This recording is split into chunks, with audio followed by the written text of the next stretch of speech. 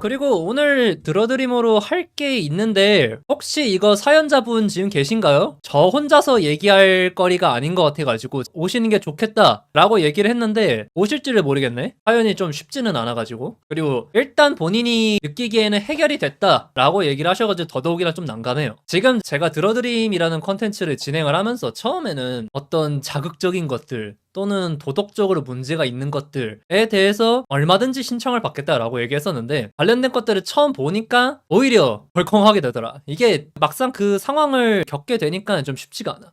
계시네요. 그러면은 그냥 지금부터 바로 얘기를 하겠습니다. 제목이 곧 성인 되는 하람단입니다. 제목 봤을 때까지만 해도 적당히 진로 문제겠거니 약간 그렇게만 생각했어요. 최근에 이제 진로 상담 때문에 게임 개발 쪽을 하고 싶은데 대학을 가야 되느냐라는 그런 질문들도 그렇고, 어쩌면은 이제 열정은 있지만 철은 없는 그런 시기에 많이 갖고 있는 되게 생명력 있는 질문들이라고 생각을 해요. 좋은 의미로. 뭣도 모르고 이제 머리 부딪힐 수 있는 그런 때만의 그 혈기와 치기라는 것들이 있다고 생각하거든요. 저는 읽으면서 되게 매력적이라고 느꼈어요. 물론 얘기해주면서 답답하게 느끼는 순간들도 있기는 했지. 하지만 기본적으로는 멋있다, 또는 나도 저런 감정들을 잊지 않고 싶다에 좀 가까웠어요. 그러고 나서 딱 이번 메일도 열어봤는데 지금까지 받아본 것 중에서는 제일 좀 진지한 이야기가 될 것 같아요. 사연을 좀 읽어드릴게요. 제가 알게 된 지 1년 조금 넘은 여자친구 한 명이 있는데 절대로 썸 이런 건 없고요. 그냥 친합니다. 그래, 솔직히 여기까지 읽었을 때까지만 해도 살짝 웃으면서 볼라 그랬어. 그런데 그 친구 집안이 조금 많이 콩가루 집안입니다. 남동생이 한 명 있는데 부모님 두 분 다 남동생은 굉장히 예뻐요. 그리고 저는 그 친구도 굉장히 밉습니다. 언제 한번 제가 그 친구 가족과 함께 밥을 먹은 적이 있는데 누가 봐도 눈에 띄게 편애를 하더라고요. 남동생한테 왜 이러지 싶다가도 좀 암스럽긴 하고 그런 상황이었는데, 그 친구가 최근에 저한테 이야기를 합니다. 부모님 때문에 죽고 싶다, 자살하고 싶다, 오늘도 아빠가 술 먹고 나 때렸다, 그런 이야기를 하고 자기가 우울한 거를 또 사연자에게 많이 표현하면서 안쓰럽기도 하고 걱정되기도 하고 그러더라고요. 그래서 나는 그냥 그렇게 얘기를 하는구나 정도로 알고 있었는데, 아버지가 술 마시고 진짜처럼 각 잡고 제대로 때린다고 하시더라.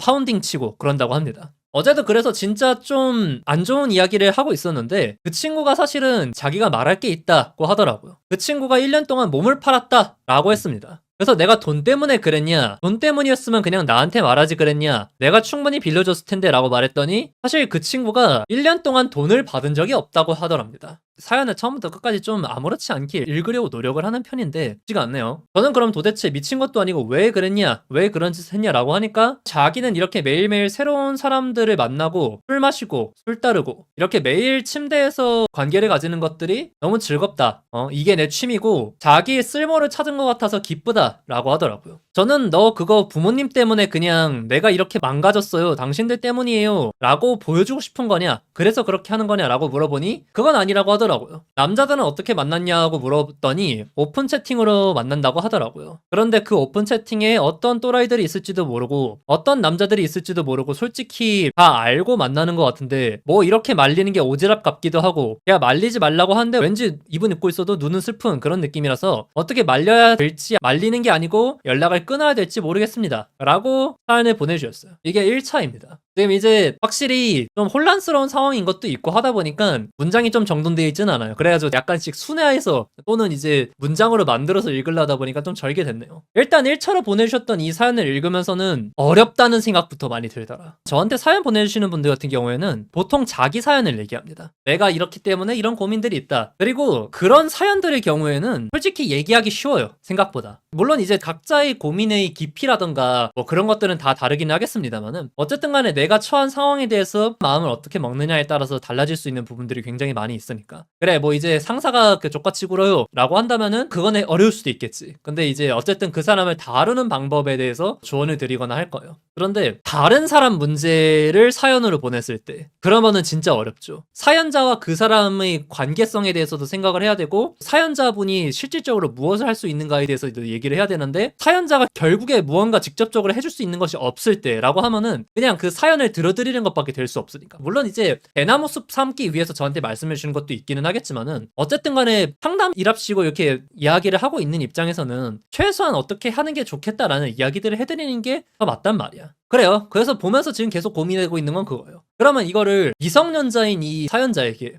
나서서 해결하고 할 것인가? 어떻게? 그러면 가만히 보고 있으라고 할 것인가? 어떻게? 일단 먼저 하나하나 이야기를 하자고 하면 그렇습니다. 제가 알게 된 지 1년 조금 넘은 여자친구 한 명이 있는데 절대로 썸 이런 건 없고 그냥 친합니다. 이거 먼저 하나씩 좀 여쭤봐야 될 것 같아요. 왜냐면 이분과의 관계가 어떻게 되는지에 대해서 좀 알아야 이야기를 할 수 있다 보니까. 어떻게 친하게 지내고 얼마나 시간 많이 보내세요? 사실 뒤에서 가족분들이랑 같이 밥 먹은 적 있다는 거 보면은 실제로 친하신 것 같기는 하거든요. 근데 두 분이 어떤 관계인지에 대해서 얘기 좀 해주실 수 있나요? 제가 유학 준비하면서 유학원에서 많이 친해졌습니다. 그래요? 같은 학교 친구가 아닌 거예요? 유학원에서? 그러면은 지금 여자분도 유학원에 있는 거예요? 이거는 또 좀 특이한 케이스네. 저는 지금 이거 듣고서는 그냥 같은 학교, 같은 반 막 그 정도인 줄 알았거든요. 그래서 같은 학교, 같은 반이라고 막연하게 생각을 하면서 거기서부터 좀 의구심이 들었던 건 그거야. 다른 친구들은 뭐해? 사연자 분이 고민이라고 했던 이 여자분의 친구들도 혹시 아시나요? 지금 이 유학원에서 만났다고 하니까 일반적인 학교 상황이라고 하면은 어떻게 도움을 청할 수 있는 방법이라든가 아니면은 친구들과의 이야기들을 어떻게든 좀 끌어내보라고 하겠는데 유학원? 아, 네, 저는 대학 발표가 전부 나와서 끊은 지 1주 되었고 그 친구는 아직 발표가 남아서 계속 다닙니다. 그러면 두 분 다 공부를 하는 사람들이네요. 이게 뭐 유학원이라는 것에 대해서 제가 환경이 어떤지는 좀 잘 모르긴 합니다만은 자기가 공부를 하는 것에 있어서도 아니면은 집안 환경이 있어서도 만만한 집들은 아니라는 게 좀 보이네요. 그러면은 얘기가 조금 더 쉬워질 수는 있어요. 그 친구의 친구들은 아무도 모르고 저만 압니다. 그래요. 그러면은 사연자분이랑 그 친구분이랑 왜 친해지셨어요? 답변 쓰시는 동안 그 앞부분에 대해서 먼저 말씀드린다고 하면은 가난한 집안인데 콩가루 집안이어서 심지어 이제 폭행까지 있고 그래가지고 이제 자녀가 일탈하는 케이스라고 하면은 솔직히 답이 없어요.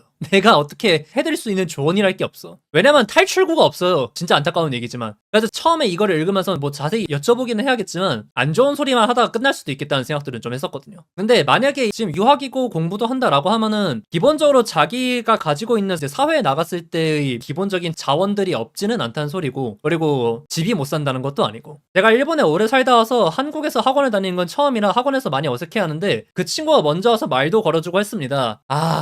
그래가지고 친해졌다. 일단 이야기 좀 더 이어가 보겠습니다. 근데 그러면은 친구분이나 사연자분 같은 경우에 두 분 다 일본으로 유학 준비하시나요? 아니면은 행선지가 다른가요? 이것도 좀 중요해요. 앞으로의 이야기를 하는 데 있어가지고 어쨌든 간에 실질적인 교류가 가능하냐 아니냐에 대해서 좀 더 자세하게 얘기할 것 같아요.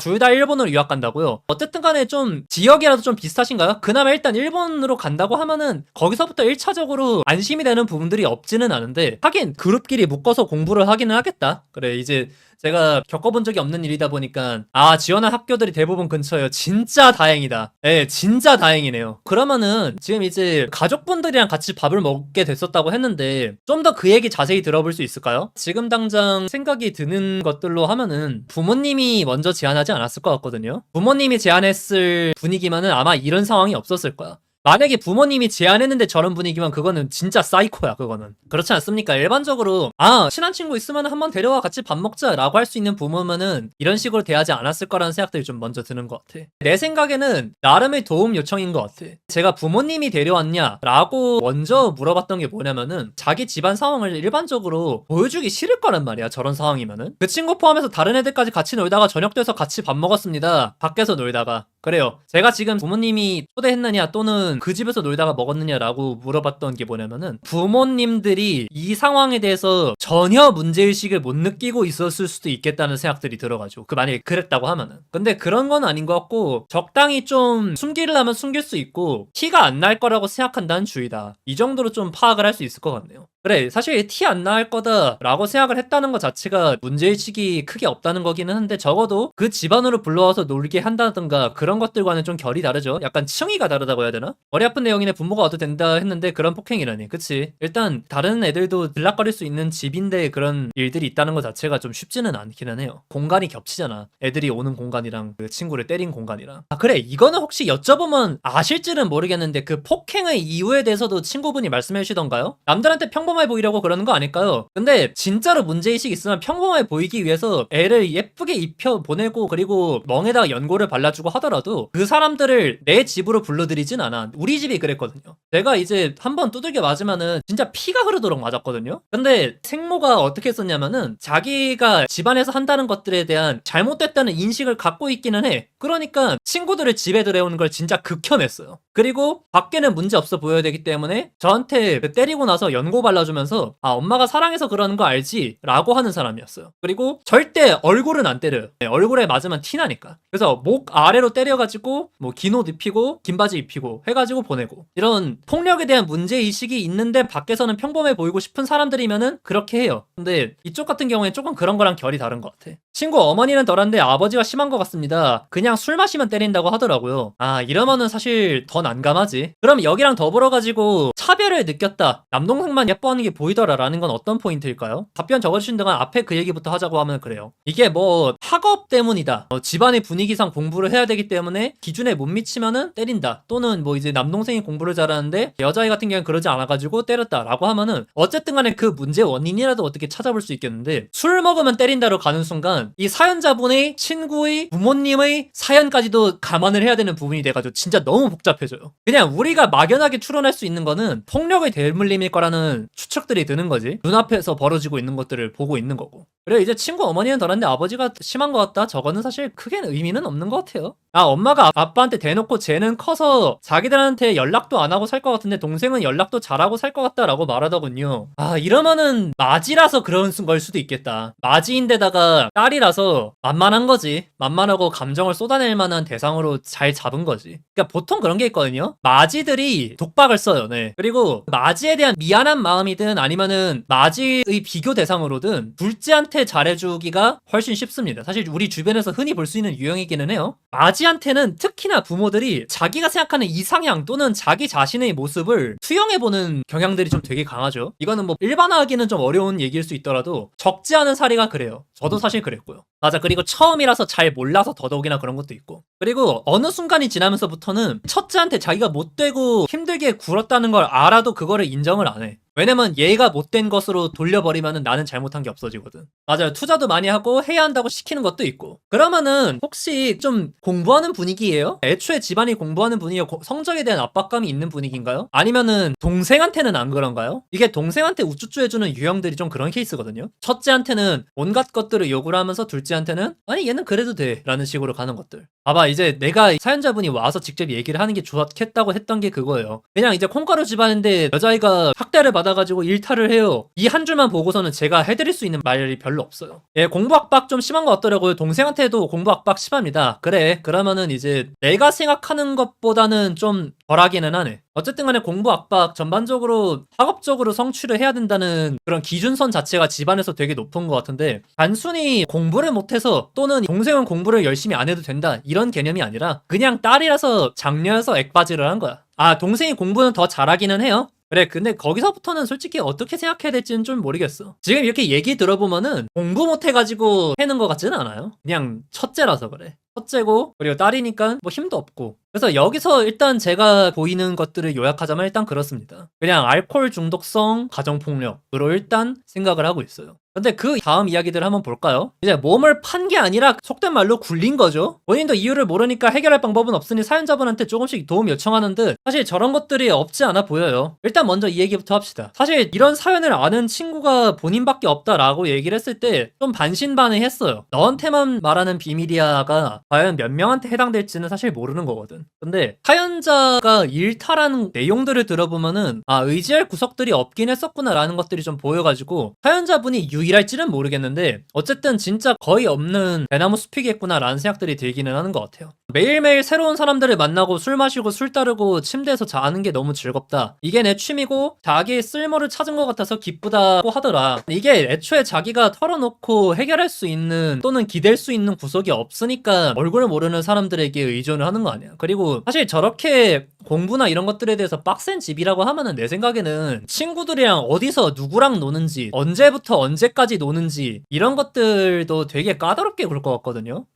약간 내 어린 시절을 좀 대입해서 보게 되는 것 같은데 일단 기본적으로는 그래. 저렇게 공부에 대한 압박이 강하다라고 하는 대치고 통제가 적은 집을 내가 딱히 본 적이 없어. 저는 이제 고등학교 때 공부를 놓았지만 그 이후에도 공부를 놓지 못한 주변에 여러 집들이 있었거든요. 오히려 정말 친한 어렸을 적 친구들한테는 저런 말하면 손절각 쏘고 소문 더니까 말할 수 없을 거고 그래. 그래서 지금 내가 여기서 사연자분과 여사친분의 관계에 대해서 자꾸 물어보는 게 그거예요. 저 친구분이 사연자분을 어느 정도 관계로 생각하고 있는지에 대해서 계속 의구심이 들어. 왜냐면은 친하다고 하는데 지금 겪고 있는 이런 일들이 1년 만난 친구한테 하기 쉬운 얘기들은 아니란 말이야. 근데 내가 이 심리를 좀 알기는 해요. 자꾸 이 여자분한테 자꾸 입장을 몰입하게 되네? 오히려 오랜 시간 알고 지낸 친구가 없어요. 있을 수도 있겠지만 적어요, 있어도. 왜? 애초에 저렇게 통제가 되어 있는 환경에서 넓은 친구 관계를 가지기라는 게 쉽지가 않아요. 어나더 레벨이어가지고 그들만의 리그, 그들만의 사교계가 열리지 않는 이상 어중간한 재력과 어중간한 집안 그 정도라고 하면은 오히려 애 하나만 집중적으로 잡고 그 밖에 환경적으로 누릴 수 있는 것들을 제공해주지 못하기 때문에 애가 고립이 됩니다. 진짜 PTSD가 마구마구 오네. 그래서 이런 친구들 특징이 뭐냐면은 만난 지 얼마 안 된 사람들한테 매몰돼요. 진짜 마음이 아프네요. 애초에 그 친구 관계라는 것 자체가 너무나도 얕았고 이런 친구들이 전학도 자주 다니는 케이스들이 있어. 이러면 진짜 더 최악이야. 그러면은 그나마 조금씩이라도 가져갈 수 있는 인맥들이 아예 사라져버립니다. 이런 것만 하더라도 공부 많이 시키는 조금 애매한 집안이라고 하면은 학교 학원 집 그리고 이제 친구들이랑 노는 거나 이런 것도 거의 제한적이야. 그러다 보니까 뭐 사실 학교도 있고 학원도 있긴 합니다만은 거기 있는 친구들이랑 직접적으로 친하게 지내기도 힘들어요. 왜냐면은 뭐 같이 이야기할 거리가 있어야 말이지. 내 생활이란 게 있고 향유하는 게 있어야 말이지. 더군다나 그 친구들이랑 같이 시간을 보낼 다른 거라도 있어야 말이지. 맞아요. 이제 겉돌게 되지. 더군다나 집안에서 안 좋은 일들도 많고 그런다고 하면은 더더욱이나 음침해져가지고 진짜 무서운 게 학교 다니다 보면은 사연 있고 음침하고 그런 애들 같은 경우에 정말 자연스럽게 혼자가 된다. 반을 그냥 새로 섞어가지고 만들어도 똑같아. 그 사람이 있는 아우라나 이런 것들을 누구보다도 더 본능적으로 잘 느끼는 시기이기 때문에 나중에 이제 사회생활 할 때에서야 그런 성격인가 보구나 하고서 그래도 업무적으로라도 같이 교류하고 그럴 수 있지. 그렇게 고립되어 있는 상태에서 마음을 터놓고 친하게 지낸다. 위에서 말씀하신 게 사연자분이 일본에서 오래 살다 와가지고 겉돌고 있는데 거기서 말 걸었다고 했는데 나는 지금 이 그림이 뭔지 알 것 같아.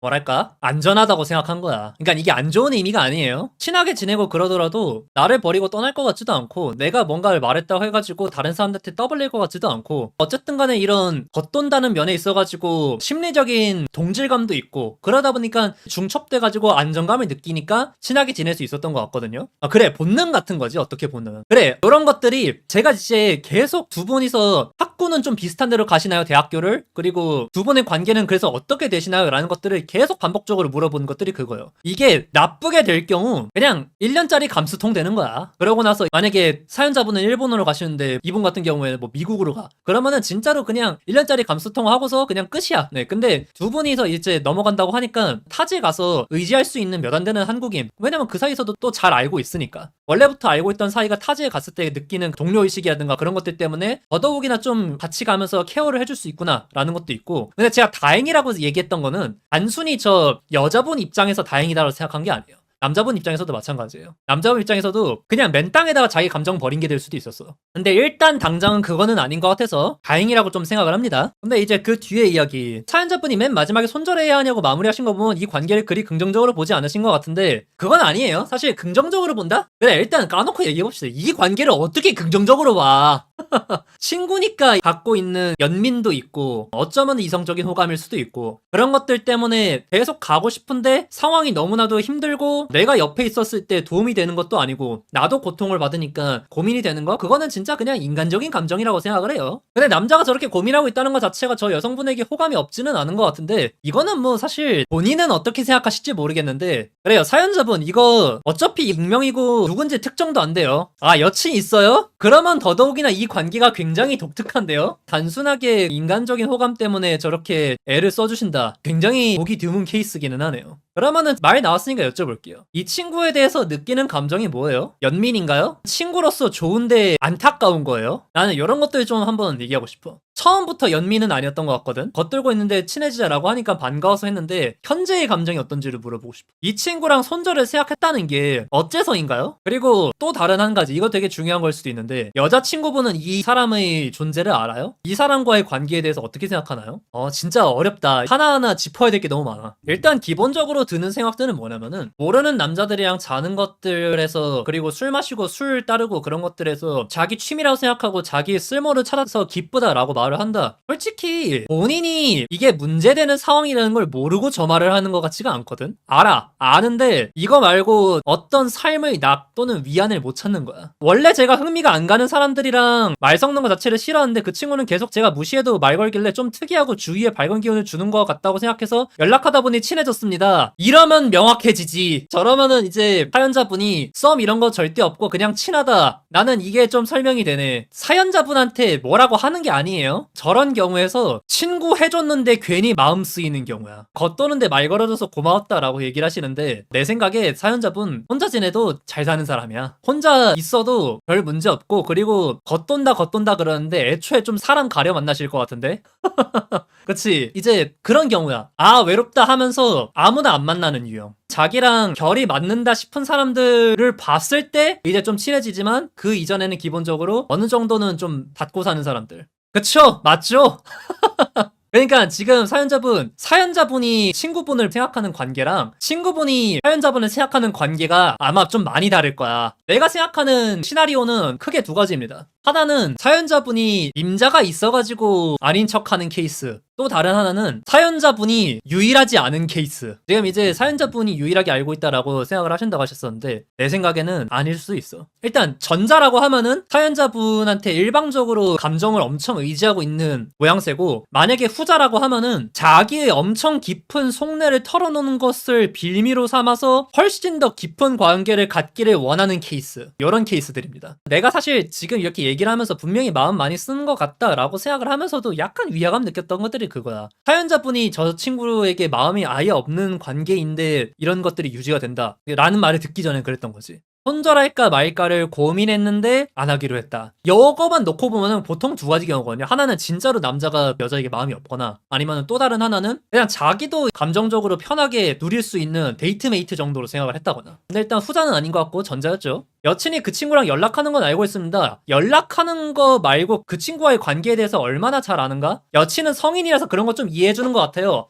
그래? 그러면 여기서부터는 이제 오히려 좀 얘기는 편하지. 아마 사연자분이 유일한 대나무 숲이 아닐 것 같다는 얘기들을 했던 게 사실 그런 맥락이에요. 나는 솔직히 그쪽에 더 가까운 것 같거든? 사연자분을 좋아하는 것이냐, 아니면은 여러 사람에게 자기 약점을 드러내면서 마음을 얻으려고 하는 스타일이냐 라는 걸 할 때 나는 후자에 좀 가까운 것 같아. 왜냐면은 자기가 일탈하는 방식이 그거랑 똑같아요. 많은 사람들에게 몸을 내어주면서 위로를 얻는다. 그리고 거기서 쓸모를 찾고 자기 애정 결핍을 채운다. 요거랑 사연을 다 알려주면서 공감을 얻는다. 맞아, 이게 관계, 힐링 이런 것도 중독이거든요. 가족사는 아는 친구 몇 명 있는데 성적인 건 저만 알고 있습니다. 그래요. 일단 근데 저렇다고 하면 오히려 더 까다로워요. 문제는 이게 뭐냐면은 두 가지가 공존하는 경우가 있어요. 아직 경험이 적어서 자기 마음을 아무나에게 여는 것들에 있어가지고 후보지가 적은 경우. 그래가지고 이런 거를 연애 감정으로 착각하는 경우. 그래서 나는 솔직히 여기까지 듣고 나면은 사연자분한테 그렇게 건강한 관계가 되기 힘들 거라는 생각들이 좀 드네. 맞아. 왜냐면은 기본적으로 저런 유형의 사람들이 겪는 흔한 패턴들이 뭐냐면은 결국에 혼자가 됩니다.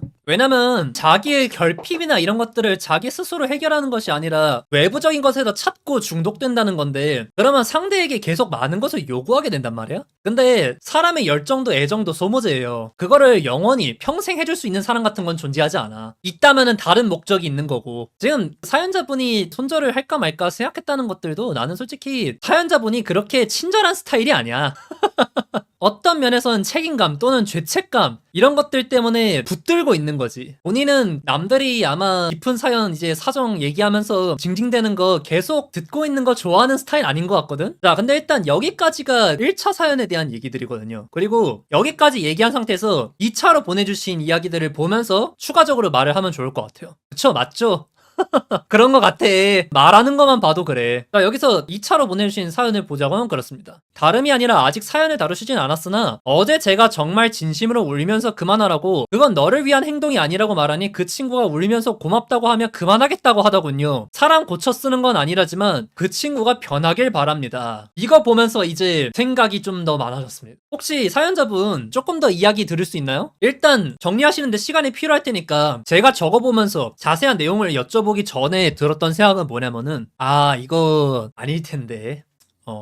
전혀 해결된 거 아닐 텐데. 크리스마스 이브에 여친이랑 밤에 있는데 울면서 전화 걸길래 제가 여친이랑 같이 가봤더니 혼자 거리에서 울고 있길래 카페에 들어가서 얘기 나눴습니다. 이러면은 그래요. 사연자분 이제 조금 명확해졌어요. 사연자분 아마 이 관계 오래 유지 못합니다. 지금 유통기한 얼마 안 남았어. 그래, 이게 어떻게 본다고 하면, 내가 처음에는 일본으로 같이 간다고 했을 때 다행이라고 했잖아. 이거 다행 아니야. 이거 오히려 안 좋아. 왜냐면 가까이 있기 때문에 더 의존할 수 있는 가능성들이 늘어난단 말이야. 근데 사연자분은 지금 이 관계에 있어가지고 이미 피곤해. 더군다나 사실 그 전에 저렇게 전화가 오기 전에도 지금 손절해야 되냐 약간 그 고민하고 있었는데, 크리스마스 이브에 여친이랑 있는데 울면서 전화했다. 저거는 이미 지금 사연자분이 여자친구 있고 나발이고 그거 지금 관심이 없어요. 사연자분을 연애 대상으로 생각을 하든 아니면은 자기가 의존해야 될 대상으로 생각하든 어쨌든 간에 내 곁에 두는 게 당연하다는 식으로 좀 생각을 하고 있는 거야. 사실 해피타임 각 잡고 있는데 전화 와서 좀 화 많이 난 것도 있는 것 같아요. 그래, 여기서 이미 이 관계는 끝났어. 이제 울면서 바로 잡아줬다. 그리고 솔직히 내가 지금 드는 생각이 뭔 줄 알아? 이렇게 울면서 바로 잡았다 라고 할 때 이미 사연자분의 마지막 배려를 다 썼고, 여기서 울면서 그만하겠다고 했다, 이걸로 지금 사연자분 마음속에서 이미 면죄부는 얻었어. 이거는 솔직히 사연을 주셨는데 이미 사연자분 안에서 결론이 났어요. 이렇게까지 했으니까 됐다. 근데 여기서 더 나한테 전화 걸고 그러면은 이제 손절될 거다. 그래, 지금 이렇게 되면은 사연자분 여기서부터 좀 잘 들으셔야 됩니다. 앞으로 연락 더 올 거예요. 100% 더 와요. 그냥 일상적인 전화 말고 점점 더 힘든 얘기 많이 올 거예요. 왜? 사연자분이 유일하다 그랬잖아. 그럼 더 심각해요. 지금 이렇게까지 온 이상 일반적인 친구 관계로 다시는 못 돌아가요. 왜냐면은 이미 자기가 그만큼 털어놔도 된다라는 안전지대라는 거를 확신을 해버렸고, 그리고 그 안전지대가 여러 군데 있지 않은 이상 더더욱이나 거기에 매몰될 수밖에 없어요. 더 힘든 얘기할 거고 더 자주 연락할 거예요. 그리고 그럴 때 진짜 안타까운 얘기지만, 본인이 그 친구한테 어떤 진짜 뭐 지금 여자친구분에 대한 얘기가 아니라 그 친구에게 언젠가라도 잘 될 것 같다는 그런 생각이 있고 그런 거 아니면은 빠르게 손절하시는 게 서로에게 이로워요. 그 친구한테도 그렇게 계속 받아주시는 게 좋은 게 아니에요. 그래요, 이게 놓치기 싫고 이제껏 먹혔던 방법이 그런 거였고, 그리고 사연자분 지금 이 친구가 이런 지 1년 정도 됐다고 했잖아? 근데 내가 지금 아까부터 얘기했던 게 뭐야, 이 사연자분이 유일하지 않을 수 있다. 그러면 이거 유일하지 않다가 아니라고 해봅시다. 그러면 말 바꿔서 해볼까? 사연자분이 처음이 아닐 수도 있어. 저게 1년이 아닐 수도 있어. 그리고 또 뒤집어서 말하자면은 사연자분이 처음이어도 마지막이 아니에요.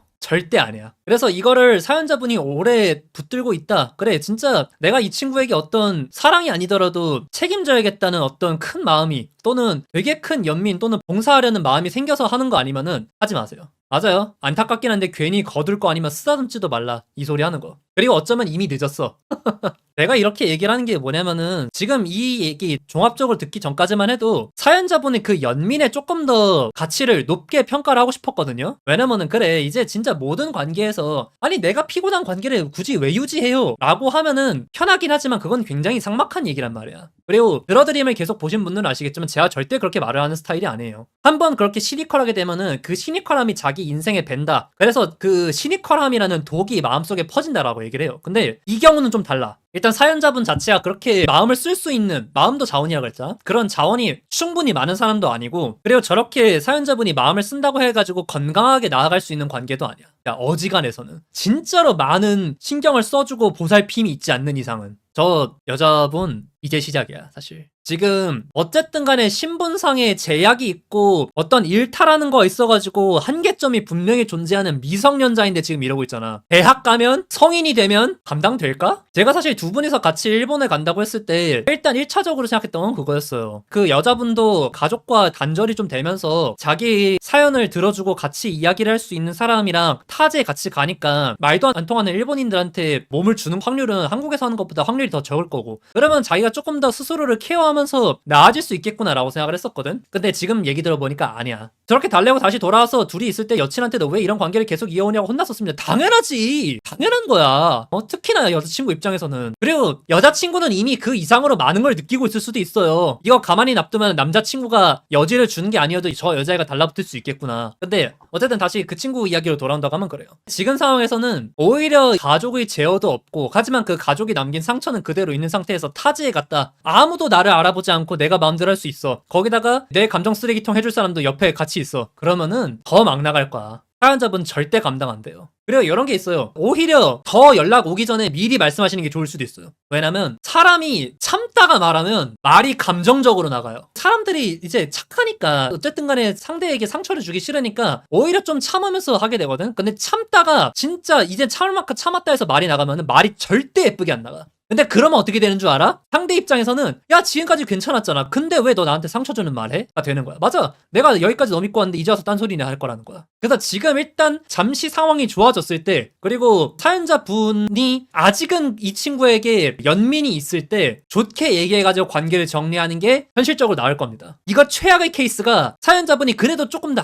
그래도 이건 좀 어떻게 지금 힘들어하는 애를 내쳐요 라고 하면서 꾸역꾸역 버티고 있다가 나중에 가서 나쁜 말 해가지고 상처 준 다음에 그 친구가 사연자분에게 앙심 품는 경우, 이게 진짜 위험해요. 심지어 비슷한 학군을 일본 간다 그랬죠? 어떻게 할래? 감당돼? 지금 그 친구에게 필요한 거는 전문 상담사예요. 사실 그 친구가 나한테 사연을 보내야 돼. 이 말들을 본인이 들어야 돼. 그래요. 이제 그 친구 자체에 대한 일탈하는 것에 대한 조언은 못 드렸지만 어쩌면 그거보다 사연자분이 더 들어야 되는 말들을 좀 많이 해드린 것 같아요. 제가 말한 것들 가볍게 생각하지 마세요. 그래, 너가 뭔데 하실 수 있는데 어쨌든 간에 저한테 상담을 받으러 온 이유가 있을 거 아니야. 절대 지금 이 문제 가볍게 생각하고 그래도 좀 시간 지나면 해결되지 않을까? 라는 생각으로 접근하지 마세요. 진짜 좆됩니다. 맨헤라가 왜 무서운 줄 아세요? 맞아, 이제 극단적으로 싸우다 근데 앙심을 품는다 하잖아. 앙심을 품는다고 해가지고 뭐 걔가 저한테 칼 들고 쫓아오겠어요? 그러면은 이제 격리보호하죠. 그게 아니야. 그렇게 싸우다가 손절당했을 때 그 친구가 자살 협박을 하든 아니면 진짜로 자살해버리든 하면은 진짜 감당 안 돼요. 사연자분 평생의 트라우마가 남을 수도 있어. 그 사람이 물리적으로 나한테 또는 감정적으로 나한테 해를 가하는 게 아니라 혼자서 픽 쓰러져 죽는 게 제일 무서운 거야. 맞아, 진짜 불똥이 튈 수 있는 거야. 그리고 이렇게까지 생각하면 안 되는데 유서에 그 사연자분 이름 적고 죽는다고 생각해봐. 그 죄책감 감당할 수 있어? 맞아. 그리고 사실